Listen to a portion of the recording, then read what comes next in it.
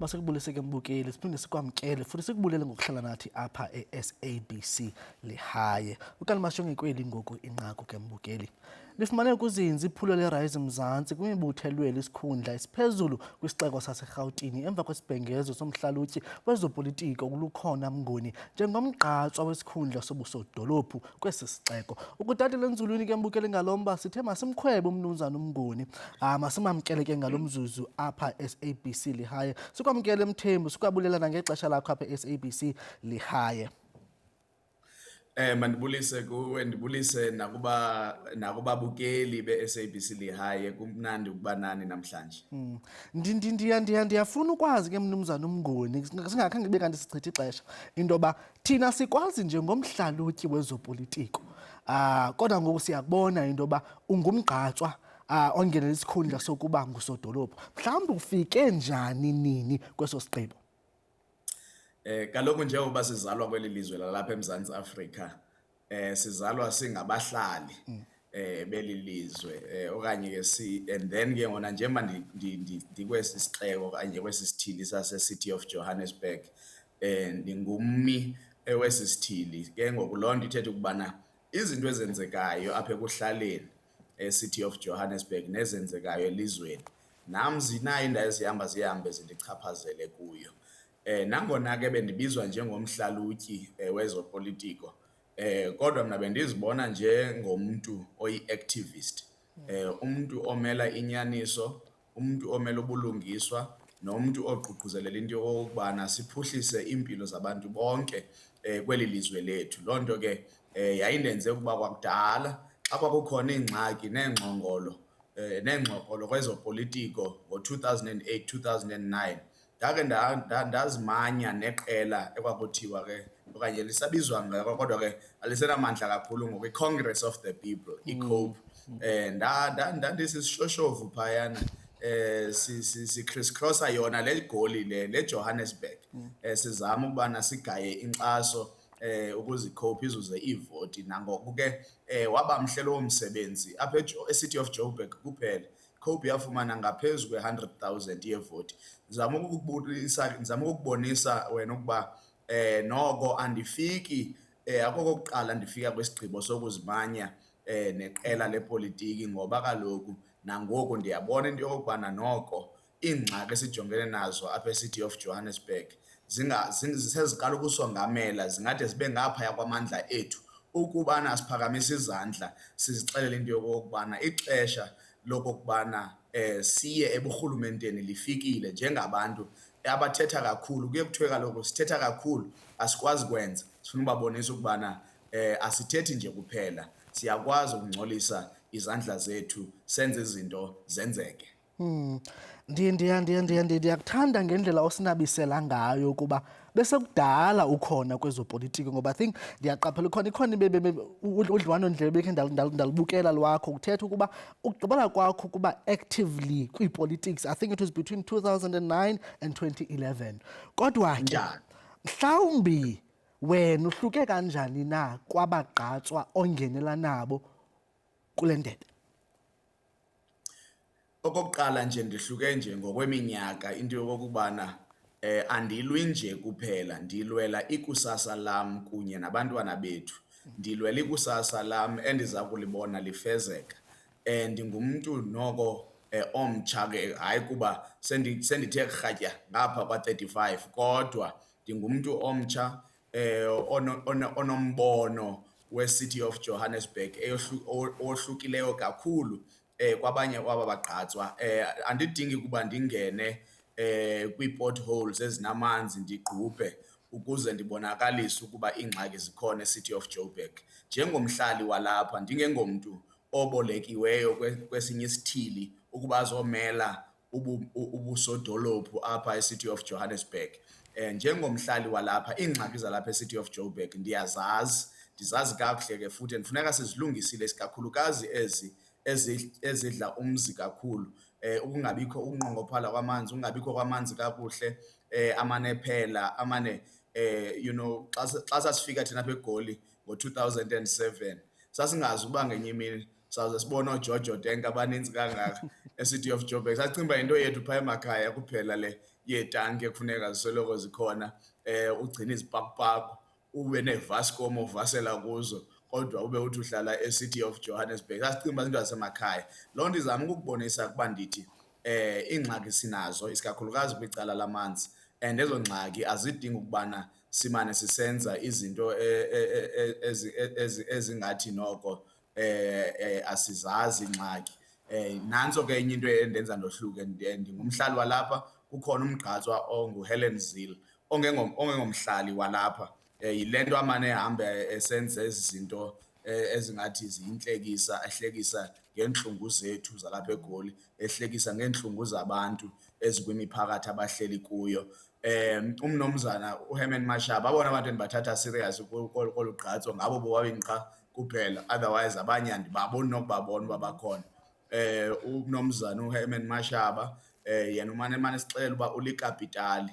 Amakapitali ke ngabantu abathanda ukuba imali okanye urhwebo lwedolophu okanye lwesizwe luye koongxowankulu kuphela, lungafikeleli kubantu abahlwempu kwimiphakathi yabo. Mna ke lukhona mnguni othi thina njengeRise Mzansi esapotwa yiGood Party ukubana mandime njengosodolophu walapha eJoburg, singama-social democrats thina. Sithi ewe amabhizinisi amakhulu okanye abantu abashishinayo ngamabhizinisi amakhulu mabasebenze, kodwa mabangacinezeli phantsi abantu abanama-small businesses, bangacinezeli phantsi abantu abazithengisela kwiitafile zabo nakwezinye iindawo esithi yi-informal economy. Loo nto ke indenze ndohluke kwangendlela endibona ngayo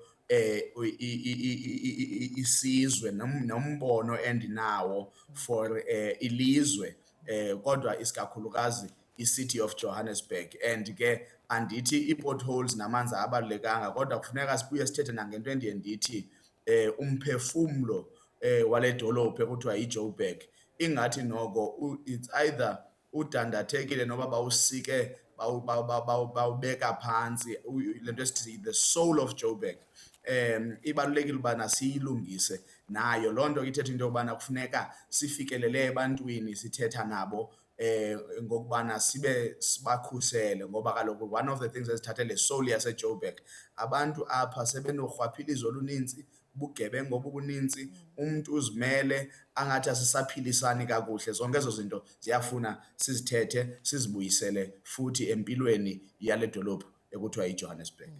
Mnumzana uMnguni, besitsho sathi bana thina sikwazi njengomhlalutyi wezopolitiko, and bukwazi uhlalutya ezopolitiko, and bungazihlalutyi nje kuba ukwazi uthetha, kodwa buhlalutya ngoba unothando ngesizwe sakho.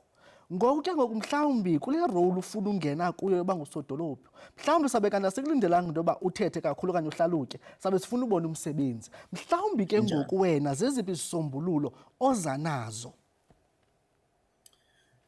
Esokuqala yile nto endithetha ngayo yamanzi, into yokubana kufuneka sisuse urhwaphilizo kule nto yamanzi, ngoba enye yezinto esixakekisayo, aba bantu abaye baqashwe ubana ama-truck wabo makabe ngawo ahambisa amanzi xa kuthe kwavalwa amanzi aphela, abanye babo sebucacile into yokokubana bayayenza le nto yokuthiwa yi-sabotage kwi-infrastructure yalapha eCity of Joburg, enzela into yokubana bakwazi ukufumana omnye umsebenzi. So usabotage ithi into seyilungisiwe uphinde uyimoshe, enzela into yokubana amanzi abuye aphele kwindawo ethile kwesinye isithili, ze ke ngoku wena uphinde uqeshwe ukubana uyothela amanzi phana. Kufuneka sisuse urhwaphilizo ekubonakala uba olo rhwaphilizo luyabadibanisa naba abachophela imicimbi yokuphatha phaa kule dolophu phaa kwi-council kule dolophu yalapha eCity of Joburg. So sisuse urhwaphilizo.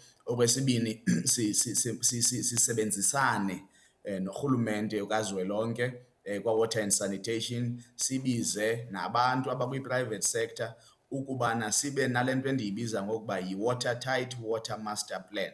Loo nto ke ithetha into yokubana ke kufuneka size necebo lokubana i-maintenance sizawuyenza kanjani ngendlela yokokubana ingadingi ukuba sisoloko yonke into mayiye kwithenda, yonke into mayilinde iperiod ethile, ngoba into eyenza uphinde ungakwazi ukulungisa lamapipe okanye nezindawo ii-reservoirs ngoxesha uhlutshwe nayo le nto yokutenderisha. Ewe kaloku zikhona izinto ezizii-policies nomthetho njenge-Municipal Finance Management Act ekufuneka sizilandele saqinisekisa ngazo. Yile nto endiye ndithi ke ii-partnerships ezinye ziyakwazi ukubana mhlawumbi sizame ukuba sidlule lula kwezinye izinto ebengaba xa ubusiya kwi-tender purely ungazidinga. Kona amanzi ngawokuqala. Into yesibini ekufuneka siyilungisile apha eGoli apha e-City of Johannesburg in particular indlela ekuphathwa ngayo imali, indlela abaripota ngayo imali, indlela i-budget eyenziwa ngayo. Ngoba kaloku xa uzoba ne-budget ekucace into yokokubana uthi ndizokwenza oku kodwa uyashota kule mali oyidingayo, awuyazi noba uzoyifumana phi lishotayo. Yenza ingxaki loo nto kwabo bakujongileyo abafuna ukutyala imali yabo njengee-investors kwidolophu yakho. So uba singalungisa le nto ye-financial management, financial reporting, noko singafikelela ezingeni lokokubana sibuyise le nto ke kuthiwe yi-investor confidence, into yobana abatyali bemali babe nethemba lento yokokubana noko indlela ophethe ngayo yindlela ethi imali abayityalayo iyawubanika inzuzo kwelinye ixesha. Okwesithathu, kwezinto ezibalulekileyo xa sithetha ngento yobana xa ungene eburhulumenteni kukho le nto siye siyibize nge-100 days. Okwesithathu, kufuneka sicoce imigaqo nezitalato zase-City of Joburg. Ubumdaka nobuvuvu obugcwele kule dolophu buxakile, bukwizinga esingakwazi ukulinyamezela thina ngoku. Elindihluphayo ke mna because indawo engacocekanga kaloku iyiyo nengxaki kwimpilo yabantu engakwenzela ezinye iingxaki xa uthe wangayilungisa. Uba sinokucoca nje izitalato abantu babone uba tyhini, hayi kufikile umtshayelo omtsha inene ngoku uyaklina, ukungcola kwethu kuyalandwa, imigqomo iyalandwa, imigqomo ikhona, iindawo zokuchamela ezi-ownwa ngumasipala zikhona. Ngoba enye into esixakileyo apha e-City of Johannesburg kukwanda kwamadoda ahamba echama nje noba kuphi. Zonke ezo zinto ke bubumdaka ekufuneka sibucocile. That's why islogan sale campaign sisithi it is time to clean up Joburg. Lifikile ixesha lento yobana masicoce iJohannesburg. Mnumzana uMngundi, ndiyafuna into yoba sibe ngathi siyanaba kulo mba wokuklina, the physical part of isixeko saseRhawutini. Ngoba ke siyakholwa into yoba mhlawumbi ayinoba kanti nguwe mhlawumbi njengomeya okanye ngumeya ohamba elahla amaphepha okanye ngumeya ohamba echama kwezi ndawo engcolisa isixeko esi saseRhawutini. Mhlawumbi ke nguceba njani ukuthi abantu abahlala eRhawutini bazeke mzekweni, ingakumbi apha ekubeni kube kanti kuyacoceka apha eRhawutini? Okokuqala kaloku kufuneka ubenzele indlela lula njengorhulumente abantu. Awuzukwazi ukubatshintsha indlela abenza ngayo kanti nawe eyakho indima awuyidlali ungurhulumente. Ndithetha ukuthini xa ndisitsho? Uba akukho migqomo edolophini, abantu bazawugqibela belahla phantsi ngoba abanye abantu abafuni ukuba bephethe ixolo lebhanana xesha egqibile ukuyitya aliphathe ngeli xolo amane ezula nalo apha edolophini angadibani namgqomo.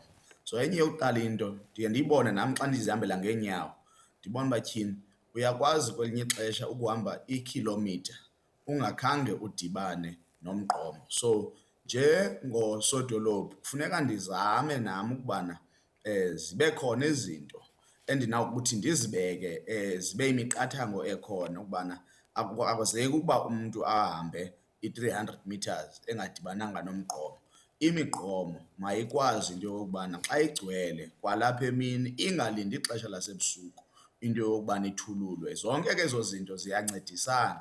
Bese ke ngoku ungayenza le nto esiye sithi yi-public education ngokucoceka, ukufundisa abantu ngendlela yokwenza izinto nendlela yokuphatha iindawo abahlala kuzo, isikakhulukazi iindawo ezingengomakhaya wabo, ekuziindawo abazisebenzisa kunye nabanye abantu kuba kaloku bengaphili bodwa, bephila emphakathini wale dolophu. So ke ngoku i-public education so ungayilandelisa kodwa ube uqinisekisile uba wena kwelakho icala ujimile njengorhulumente, uqiniseke into yokubana ii-toilets zikhona. So umntu ke ngoku naxa ndisithi makangachami apha esitratweni, uyayiqonda into yokubana uyamosha vele akade ngoba itoilet ayikho kude kunalapho achama khona, ndiyitoilet azongena kuyo engabizwanga neponti ukubana makafake i-R2 okanye intontoni kwibeshini ukuze angene kuloo toilet, ngoba kaloku ziitoilet zikarhulumente ezi. So kubalulekile ke ukuba sithi singathi nje abahlali bayamosha bebodwa, sibe kodwa singabenzelanga iinzame zento yokokubana siqinisekise ukuba bayakwazi ukuba balahle okanye bafumane izakhiwo ezithile ezincedisana nento yokubana bangayenzi le nto kuthiwa mabangayenzi. Uvakele Mnumzana Mnguni. Sikhe sabona ke mhlawumbi kwisikipa obusinxibile sibhalwe vote amasela out. Ngoku umbuzo wokugqibela ngoba ingabe iqela leRise Mzansi ingakwazi ukusebenzisana nawaphi namaqela xa kungafuneka mhlawumbi ibe kanti kwenzeka ngolo hlobo? Ndisebucacile vele kakade uba alikho iqela lizawufumana le nto esithi yi-majority 50% plus 1 liphathe lodwa. Alikho iqela elizakwenza kanjalo. So kuzawunyanzeleka into yobana usebenzisane namanye amaqela. Into ezawubaluleka yinto yokubana sizawuthi xa sesibonile njengoba xa sekusondela ukhetho, sizawujonga into yokubana ngoobani ababeke abagqatswa abathile noko esicinga into yokubana banawo umbono ofana nathi, banayo indlela yokusebenzisana nabanye abantu, bangabantu abafundileyo kwizinga eliphezulu elihloniphekileyo ukuze kaloku bakwazi ukuba bamelane nalo msebenzi uphambi kwabo. Kodwa ndicinga mna uba njengeRise Mzansi kungaphantse kube nzima into yobana sivele sigijime sithi sifuna ukuyosebenza mhlawumbi nePatriotic Alliance for example uyokhena kunene, ngoba kaloku abo bantu abo siyabazi uba bake babanjwa ngaphambilini and mna ngokwam andiqinisekanga into yokubana noko sebethe baphuma totally kwezaa zinto ezazibabambisile. Iqela ekuthiwa i-Democratic Alliance, i-DA, ndingathethathethana nalo eCity of Johannesburg uba bangasinika nje omnye umgqatswa ongengoHelen Zille. UHelen Zille uyabadelela abantu abamnyama isikakhulukazi. UHelen Zille akahambiselani nezinto ezazilwelwa ngookhokho bethu ukuze sikhululeke, sibe nenkululeko. Ithi ke ngoku loo nto akanomelana nokuba abe ngomnye wabazo-implementa ezi policies esirhalela ukuzenza ukuze sibuyise isidima somntu omnyama isikakhulukazi eCity of Johannesburg. Iqela likaKhongolose, u-ANC, lona andithi ngeke sithethe nalo, kodwa ndithi bona kwawufuneka bazicacise into yokokubana yintoni abarhalela ukuyitshintsha kwindlela ebekade beqhuba ngayo eyenze into yoba kule minyaka emithathu isikakhulukazi edlulileyo bayenzela phantsi, basenzela phantsi isixeko saseCity of Johannesburg. Sayile nto esikuyo uba sithi caba siguqe ngamadolo, ngoku bade bakhupha nathi kwimisebenzi yethu ebesiyenza, sayiyeka sathi hayi ngeke masike siyozibambela ngoku ngoba ezi nkosi ezi zahlulekile. So kodwa into endizama uyixela mhlasazi into yokuba into ezabaluleka into yokubana simanyene kanjani na ngombono wokuya phambili, simanyene kanjani na ngezinto endingathi yi-zero tolerance kuzo, ngoba kaloku asizukwazi ukuba sibe nabantu abazawumane bethi masixegise imikhala xa sisithi i-corruption asiyifuni eCity of Johannesburg. Masibulele kakhulu kuwe Mhlekazi Mnguni ngethuba othe walenza ke ubuncokole nathi ngale ntsasa yanamhlanje. Wakhumbula ke mbukeli ibinguye uMnumzana Mnguni, lukhona Mnguni ongenela yena okanye ongenela uba ngumgqatswa wokuba bengusodolophu kwisixeko salapha eRhawutini. Kanti ke mbukeli masijonge kweli inqaku.